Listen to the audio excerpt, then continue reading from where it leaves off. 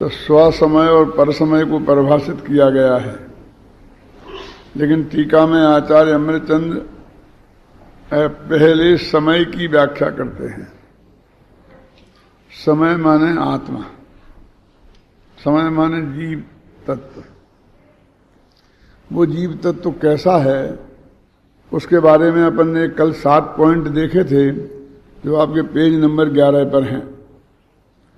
उत्पाद वै ध्रुव युक्त सत्ता सहित है, ज्ञान दर्शन स्वरूप चैतन्य स्वभावी है, आनंद धर्मात्मक एक अखंड द्रव्य है, अक्रमवर्ती गुणों और क्रमवर्ती पर्यायों से युक्त है, सुपर प्रकाशक सामर्थ्य से युक्त होने से अनेकाकार होने पर भी एक रूप है, अपने असाधारण चैतन्य स्वभाव के सद्भाव एवं परद्रव्यों के विशेष गुणों के अभाव के कारण परद्रव्यों से भिन्न है, परद्रव्यों से एक क्षेत्रावगाह रूप से अत्यंत मिला हुआ होने पर भी अपने स्वरूप से चित नहीं होने के कारण टंकोत्कीर्ण चित स्वभावी है। इसमें अपन ने 5वें पॉइंट पर ज्यादा विस्तार से चर्चा की थी। समय सार के बारे में बहुत से लोगों की ऐसी धारणा है कि उसमें पर से भिन्न, पर्याय से भिन्न, गुणभेद से भिन्न, ऐसा जो शुद्ध भगवान आत्मा है अकेले उसका ही वर्णन है। ये बात उतनी सत्य नहीं है जितनी सत्य ये बात है कि इस एकमात्र इस ग्रंथ में वो चर्चा है, दूसरी जगह वो चर्चा उपलब्ध नहीं होती। त्रिकाली ध्रुव भगवान आत्मा की जो पर्व पर्याय से भिन्न है, दोनों में अंतर क्या रहा समझ में आया? इसमें और बातें नहीं है, ये बात नहीं है, लेकिन ये बात और जगह नहीं मिलती है, ये बात अवश्य है। यदि वो बात समझनी है तो समय सार की शरण में ही आना पड़ेगा और कोई दूसरा रास्ता नहीं है। ये बात मैं इसलिए कह रहा हूं कि यहां तो जो बात कही है उत्पाद व ध्रुव से सहित बात कही ना, आपने जिनने नए चक्र पढ़ा है उन्होंने 10 प्रकार के द्रव्यार्थक नए पढ़े होंगे और उसमें आता उत्पाद व सापेक्ष द्रव्यार्थक नए और उत्पाद व निरपेक्ष द्रव्यार्थक नए। तो यहां उत्पाद व सापेक्ष द्रव्यार्थक का विषयभूत आत्मा है, उसकी बात कर रहे हैं। ऐसे और भी भेद उसमें हैं, ख्याल में है ना, कि जिन भेदों में सहित की बात है अथवा कर्मोपाधि सापेक्ष कर्म और कर्मोपाधि निरपेक्ष शुद्ध द्रव्यार्थक नए। तो कर्मोपाधि सापेक्ष जो द्रव्यार्थक नए है, जो अशुद्ध है, उसका विषयभूत भगवान आत्मा है जी। ये भगवान आत्मा एक तो ये वर्णन शुरू से हुआ, तो कहीं तो प्रवचन सार का और प्रत्यास्तिकाय का है ना, इसमें थोड़ा दोहरा दिया है अमरचंद्र ने। तो मूल विषय इसका ये कहां रहा, ख्याल में है ना, वो भी बताऊंगा। लेकिन मैं पूछता हूं कि हमारे लिए कुंद कुंद ज्यादा महत्वपूर्ण है कि समय सार? ये तो कुंद कुंद की तो वाणी है, इसकी वजह से इसकी महिमा है। कुंद कुंद तो इससे महान है, इससे बड़े हैं, मेरे कहने का मतलब। तो कुंद कुंद ने दूसरी किताब में वो बात लिखी, वो एकदम वैसी हो गई, इस किताब में लिखी वो सही हो गई। जो हमारे यहाँ एक पद्धति है, ये तो प्रवचन सार की बात है। ये अकेले प्रवचन सार का अपमान नहीं है, ये कुंद कुंद का भी अपमान है। आपने जिस उपेक्षणीय भाव से उसकी बात करी, मैं कहता हूं कि उन्होंने पहले प्रवचन सार की टीका लिखी। क्यों? क्योंकि ये सिद्ध हो गया ना कि ये विषय जो त्रिकाली ध्रुव भगवान आत्मा निकालना है, इस आत्मा में से निकालना है उन्हें। कौन सा? जो समय है, जो 7 पॉइंट वाला है, जो उस आत्मा की बात करनी है। और एक पॉइंट, अब ये तो राग सहित आत्मा की बात है। अब आगे जाकर के आपने पूज्य गुरुदेव सिंह के प्रवचनों को पढ़ना जो करीब 4,500 पेज में छपे हैं प्रवचन रत्नाकर के नाम से, उसमें कम से कम 10,000 जगह ये बात आई होगी कि आई निर्मल पर्याय ने शामिल करीने बात छे, कि यहां निर्मल पर्याय को शामिल करके बात है। 47 शक्तियों में 47 शक्तियों में चर्चा जो सम्मत दर्शन से रहित आत्मा की नहीं है।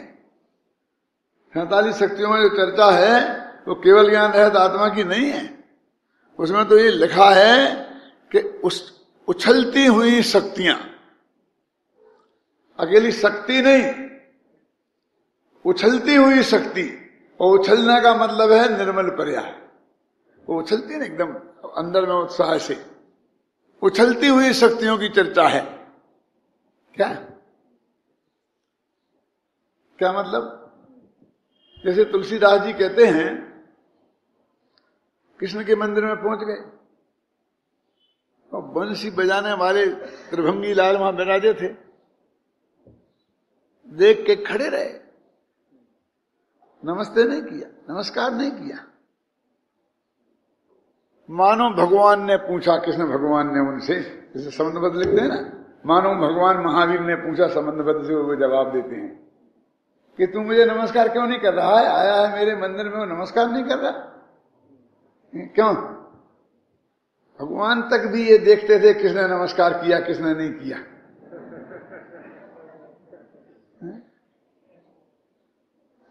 क्यों?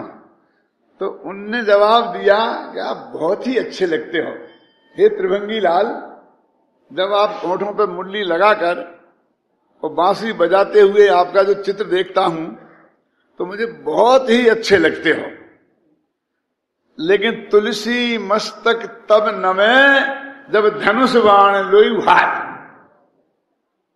तो जब धनुष बाण तुम्हारे कंधे पे होगा, कि मुरली एक तरफ रख दो, तो तुलसीदास नमस्कार करेगा। मैं तो राम का भगत हूं, मैं तो धनुष बाण वाले राम का भगत हूं। इसका बहुत गहरा अर्थ है। महाकवि दिनकर ने इसे पहचाना। क्या फर्क है इसमें? वो क्या कहना चाहते हैं कि तुम ही मुरली बजा रहे, अभी मुरली बजाने का समय है, अभी तो ये मिलेच्छ लोग आक्रमण कर रहे हैं, गांव गांव में हमारे मंदिर तोड़ रहे हैं, हमको भ्रष्ट कर रहे हैं, मार मार के मुसलमान बना रहे हैं, और तुम मुरली बजा रहे। कभी से मिलन चल रहा, मौज मस्ती में गोपियों के साथ नाच रहे। ये नाचने का समय है। ये तो उन लोगों से लड़क भिड़कर निकाल कर देश की सुरक्षा का समय है। धनुष बाण लेऊ हाथ का मतलब ये है कि मैं तो देश की, क्योंकि तुलसीदास जी का वो जमाना था कि जब खूब मूर्तियां तोड़ी जा रही थी और इस देश में हिंदू धर्म, भारतीय संस्कृति जिसमें जैन धर्म भी शामिल है, बुरी तरह त्रस्त हुए थे। हजारों मूर्तियां जो हमारी टूटी हैं वो उस काल की हैं। तो कहते इस वक्त मुरली बजाने वाले हमें नहीं चाहिए, हमें ये धनुष बाण वाले राम चाहिए जो दुष्टों का निग्रह कर सके। ये कहना चाहते हैं वो, तुम्हें विष्णु के अवतार तुम हो, लेकिन अभी तुम्हारी जरूरत नहीं है। ना? और इसको दिनकर ने कैसे पकड़ा? दिनकर की एक कविता है, हिमालय की ओर, पढ़ी कभी किसी ने? हिमालय की ओर, उसमें एक पंक्ति है, हे हिमालय तू मेरी से प्रार्थना करता, वो हिमालय से, तू भेद न युधिष्ठिर को यहां। ऐसा मानते हैं कि ये सब पांडव लोग संन्यास लेके हिमालय की तलहटी में चले गए थे, अपने हाथ गिरनार जी की तरफ, उधर पालीताना की तरफ गए थे। इनके मानते हिमालय की चले गए थे, पास में थे ना हस्तिनापुर से वहीं हिमालय। तो वो वापस बुलाते हैं, तो ये हिमालय पर्वत तेरे गोद में हमारे कौन कौन लोग चले गए, अब हमें उनकी कुछ जरूरत है, कुछ लोगों की, तो तू हमें लौटा दे, इस वक्त हमारी जरूरत है। देख, धरोहर लौटाना चाहिए। लेकिन एक बात मैं कह देता हूं कि तू भेज न युधिष्ठिर को यहां, जाने दे उनको स्वर्ग धीर। हमें युधिष्ठिरों की जरूरत नहीं है। सत्यवादी हरिश्चंद्र बन जाए, और ठाठ से जुआ खेलें और पत्नी को भी दांव पे लगा दें, ऐसे युधिष्ठिरों की हमें जरूरत नहीं। हमें धर्मराजों की यहां जरूरत नहीं है। धर्मराज स्वर्ग में ही अच्छे लगते हैं। तू भेज न युधिष्ठिर को यहां, जाने दे उनको स्वर्ग धीर। तू फेर हमें गांडीव गधा और लौटा दे अर्जुन भीम वीर। हमें तो अर्जुन की जरूरत है और भीम की जरूरत है, पर अकेले वो अर्जुन और भीम की नहीं, वो धनुषधारी अर्जुन की, गदाधारी भीम की। तू भेजना युधिष्ठिर को यहां, जाने दे उनको स्वर्ग धीर। तू फेर हमें गांडीव गधा, लौटा दे अर्जुन भीम वीर। क्यों जी? अर्जुन भी आ जाएं और भीम भी आ जाएं और साथ में युधिष्ठिर भी आ जाएं तो क्या तकलीफ है? क्यों मोहनलाल जी? के है इन्हें ढंग से लड़ने ही नहीं देंगे, टांग खींचेंगे पीछे से। ये दादागिरी के जमाने में गांधीगिरी कहां से आ गई? गांधियों को सड़क जाने दो। समझ में आया था? यानी कितना स्पष्ट शब्दों में उन्होंने उस बात को कहा। तुलसीदास ने बेचारे भगत थे ना, तो उन्हें कितनी मार्मिक मर्यादा में बात कही कि तुम बहुत ही अच्छे लगते हो, इस ड्रेस में तो इतने बढ़िया लगते हो कि हम क्या बताएं। तो इतनी सी बात है कि अभी नाचने का और मुरली बजाने का समय नहीं है, बस इतनी सी बात है। क्यों? अभी तो धनुष बाण वालों की जरूरत है। ये तुम फेंक दो मुरली, ये नाचने के वस्त्र उतार के फेंक दो, युद्ध के वस्त्र पहन लो और धनुष बाण लगा लो। तुलसीदास तुम्हारे चरणों में लौटने के लिए तैयार है। यानी मतलब ना मैं राम का पुजारी हूं, ना मैं कृष्ण का पुजारी हूं, मैं तो जो हमारी रक्षा करे उसका पुजारी हूं। क्या? तो उनकी एक मर्यादा है। तो ये यहां कहते हैं 47 शक्तियों में कि हमें 47 शक्तियों वाली बात नहीं चाहिए, हमें उछलती हुई शक्तियां चाहिए। क्या क्या? हमको अकेला राम नहीं चाहिए, धनुष बाण से सज्जित राम चाहिए। हमको अकेला कृष्ण चाहिए, मुरली वाला त्रिभंगी लाल चाहिए। ऐसे ही हमको ज्ञान नहीं चाहिए, उछलता हुआ ज्ञान चाहिए। हमें सुख नहीं चाहिए, कोरा सुख, कि अब वो हमें सुख नाम का गुण भी पड़ा रहा और हम निगोद में दुख भी भोगते रहे। क्या करें उस सुख को? क्यों? अनंत ज्ञान भी हमें, अनंत ज्ञान है वो भी बना रहा है बालचंद जी साहब, और डंडे भी खाए हमने। अनंत वीर के धनी भी रहे और पिटाई भी बहुत हुई। तो ये तो वो शांत वाले गुण थे, ख्याल में है ना? और उन्हीं की वे पर्याय थी जो वहां थी, ज्ञान और सुख रूप। जो दुख रूप पर्याय भी उसी सुख गुण की थी। जिस सुख गुण का अनंत सुख सिद्धि सदा में प्रकट हुआ है, वही सुख गुण की अनंत दुख रूप पर्याय थी, कोई दूसरी की नहीं थी। तो इसलिए वो उछलती हुई चाहिए। उछलती हुई माने निर्मल पर्याय से परिणमित शक्ति, उसकी चर्चा समय सार में भी की है। वो कहते हैं तो देखो, निर्मल पर्याय से शहद वाली बात आ गई। अब रहत वाली तो आप मानते ही हैं, तो मुझे उसे सिद्ध करने की ज्यादा जरूरत नहीं है। समय पे आएगा तो बताऊंगा भी, लेकिन इतना सिद्ध हो गया ना कि यहां विकारी पर्याय शहद वाली बात शुरू में दूसरी गाथा में कहते हैं। गुरुदेव श्री का सुबह का प्रवचन था ना आज, वो बोल रहे थे ना, जीवो जीवो चरित्र दर्शन, इसी गाथा पर ये जीवो में से जीवत्व शक्ति निकाली।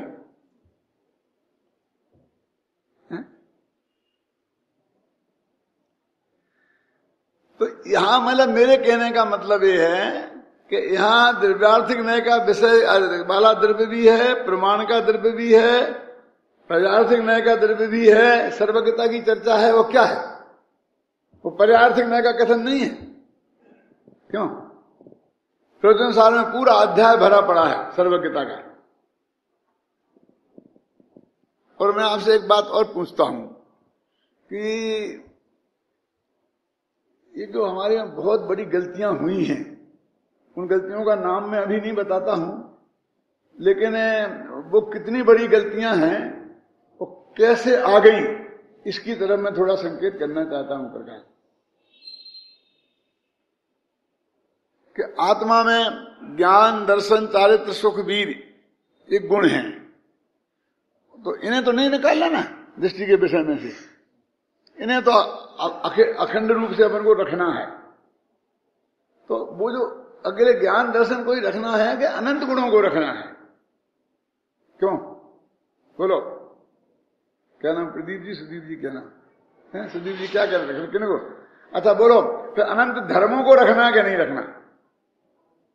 फिर अनंत स्वभावों को रखना क्या नहीं रखना? क्योंकि ये तीनों मिलकर एक नाम है शक्ति। शक्ति तीन प्रकार की होती हैं, एक गुण रूप शक्ति, एक धर्म रूप शक्ति और एक स्वभाव रूप शक्ति। तो भगवान आत्मा शक्तियों का संग्रहालय है ना, तो इनमें कौन कौन सी शक्तियां रखनी और कौन कौन सी नहीं रखनी, मुझे बताओ। कि ज्ञान शक्ति तो रखनी, ख्याल है ना, प्रकाश शक्ति तो रखनी और स्वच्छत्व शक्ति नहीं रखनी। अब आपकी समझ में कुछ नहीं आया होगा कि क्या स्वच्छत्व शक्ति और क्या प्रकाश शक्ति। प्रकाश शक्ति का काम यह है कि भगवान आत्मा अपने ज्ञान का ज्ञेय बनता है, उसे जानता है। अपने आत्मा को जानने वाला वो कौन सी शक्ति है? प्रकाश शक्ति। और स्वच्छत्व शक्ति जो सारी दुनिया जिसमें झलके, अपना भगवान आत्मा झलके, ऐसी शक्ति का नाम प्रकाश शक्ति, और सारी दुनिया झलके ऐसी शक्ति का नाम स्वच्छत्व शक्ति। अब मैं आपके त्रिकाली ध्रुव में वो स्वच्छत्व शक्ति है कि नहीं है और प्रकाश शक्ति है कि नहीं है, कि दोनों में से एक है? ये दोनों ही है, मुझे बताओ। हमारी जो रूपना चल रही है, हमारा जो मान्यताएं चल रही हैं, उसमें हम तो एक शक्ति को हटा देते, एक शक्ति को रख लेते। एक निवेदन मेरा यह है कि जो भी मैं बोल रहा हूं, कम से कम 8 दिन तक कोई आदमी मुझे उस मामले में डिस्टर्ब नहीं करे। मुझे अपनी बात कहने दे, कोई आदमी अपनी बात मेरे से कहलवाने की कोशिश नहीं करे। क्या क्या कहा, समझ में आया ना? स्वच्छत्व और प्रकाश शक्ति। अभी जरा और समझ लें हम, ज्ञान शक्ति तो रखनी है ना, और सर्वगत्व शक्ति रखनी कि नहीं रखनी?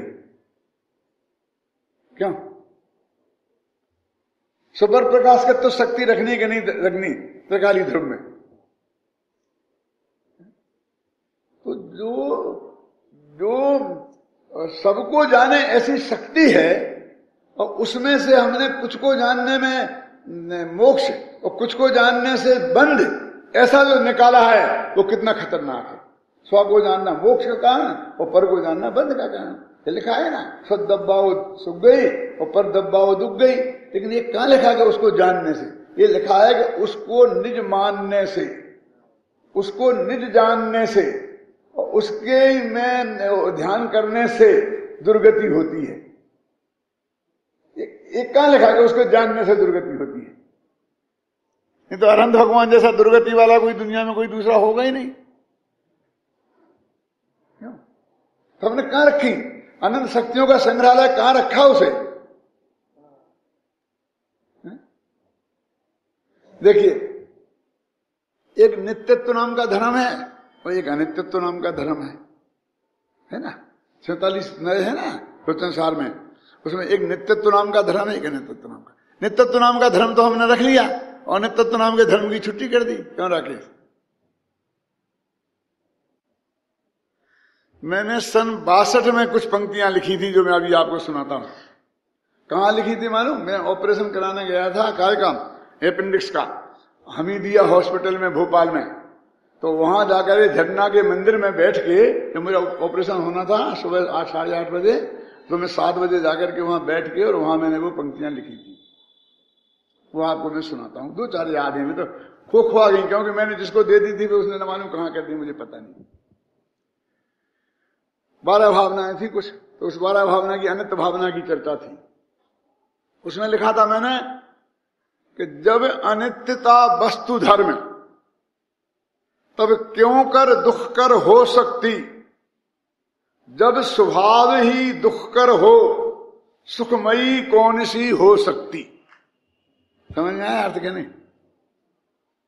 जब तुम नित्यता को मानते हो कि सुख कारक है, मैं त्रिकाली ध्रुव भगवान आत्मा नित्य नित्य आनंद आ गया, अनित्य मर गया क्या है कि जब अनित्यता वस्तु का धर्म है, क्या जब अनित्यता वस्तु धर्म है तब क्यों कर दुख कर हो सकती? अनित्य वो दुख कर क्यों हो सकती? अनित्यता के लिए रोते क्यों? जब मैं बोलता हूं आगे बारह भावनाओं के बारे में, तब से मैंने संभाषक में सोचा था। और यदि वस्तु का धर्म जो है वो भी दुख का कारण होगा, तो ऐसी कौन सी चीज है कि फिर सुख का कारण हो सकती है? वस्तु का स्वभाव तो सुख का कारण होता है। और मैंने गद्य में बहुत तर्क दिए थे, वहां पर भोपाल में प्रवचन किया था उस वक्त संभाषक में। क्या तर्क दिए थे कि यदि ये अनित्यता नहीं होती तो ये जीव निगोद में से ही नहीं निकलता। बेटा अभी तुम यहां नहीं आके बैठ पाते, ये अनित्यता की वजह से तुम लौट के आए हो। ये जो परिवर्तनशीलता, वस्तु का जो परिवर्तनशीलता है, ये स्वभाव है, ये विकार नहीं है। अपरिवर्तन वाला जो तत्व है, परफेक्ट है, वो भी वस्तु के स्वरूप में है, और परिवर्तनशीलता भी बहुत स्वभाव है। और मैंने ऐसा लिखा है उसमें कि ये तेरे पक्ष में है, इस स्वभाव से तू इनकार करता है कि यदि पलटना बंद हो जाता कि नहीं हो, आधी रुक जा, पलटना बंद हो जाए। बोलो राकेश ठीक है, बस तुम राकेश ही बने रह जाओगे, समझ लेना बेटा, फिर मोक्ष में नहीं जा पाओगे। अरे मोक्ष में पहुंच जाए फिर पलटना बंद हो जाए तो हो जाए क्यों? लेकिन अभी यह 84 लाख योनि में रखड़ रहे हैं, और अभी से तुम बदलने के विरोध में हो गए, तो तुम्हें पता ही नहीं है कि हम अपने पैर पे कुल्हाड़ी मार रहे हैं। वो बदलने वाले धर्म में से ही आत्मा परमात्मा बनता है, रागी से वीतरागी बनता है, अल्पज्ञ से सर्वज्ञ बनता है। पलटने का स्वभाव नहीं होता तो कि नहीं, वो त्रिकाली ध्रुव है जो नित्य, वो उसके आश्रय से होता है ना, होता होगा उसके आश्रय से, मुझे ऑब्जेक्शन नहीं है, लेकिन उसके आश्रय से भी पलटना नहीं होता तो क्या होता? अरे उसका आश्रय करो, और आज तक पर का आश्रय किया तो ये पलटे के नहीं पलटे? ये पता नहीं तुम क्या कह रहे हो। ये अनित्यता भी उतना ही महत्वपूर्ण धर्म है जितना महत्वपूर्ण धर्म नित्यता है। और उन्हें देखो, इसमें लिखा है, मैंने भी पढ़ा था ना अभी, कि अनंत धर्मों का ऐसा लिखा ना नीचे।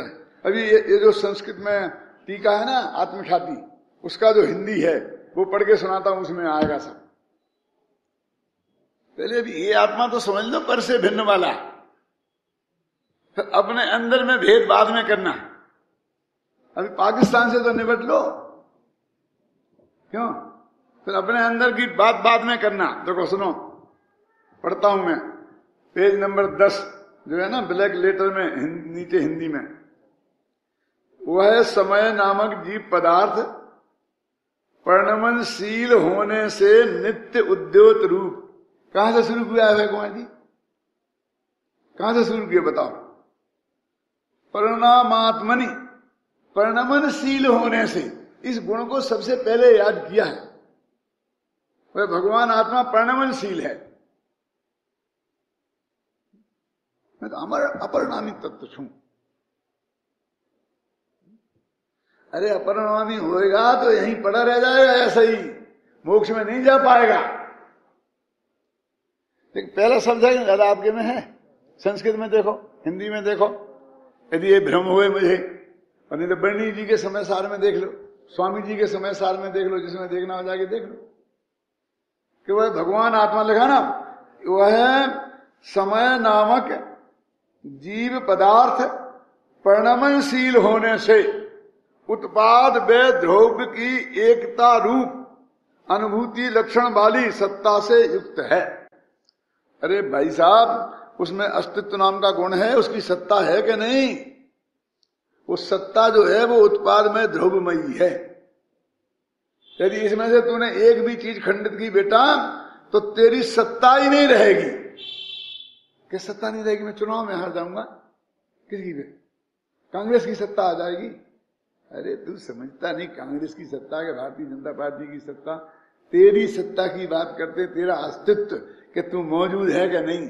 यदि तेरे में उत्पाद भय द्रव्य तीनों चीजें नहीं हुई तो तू ही नहीं रहेगा।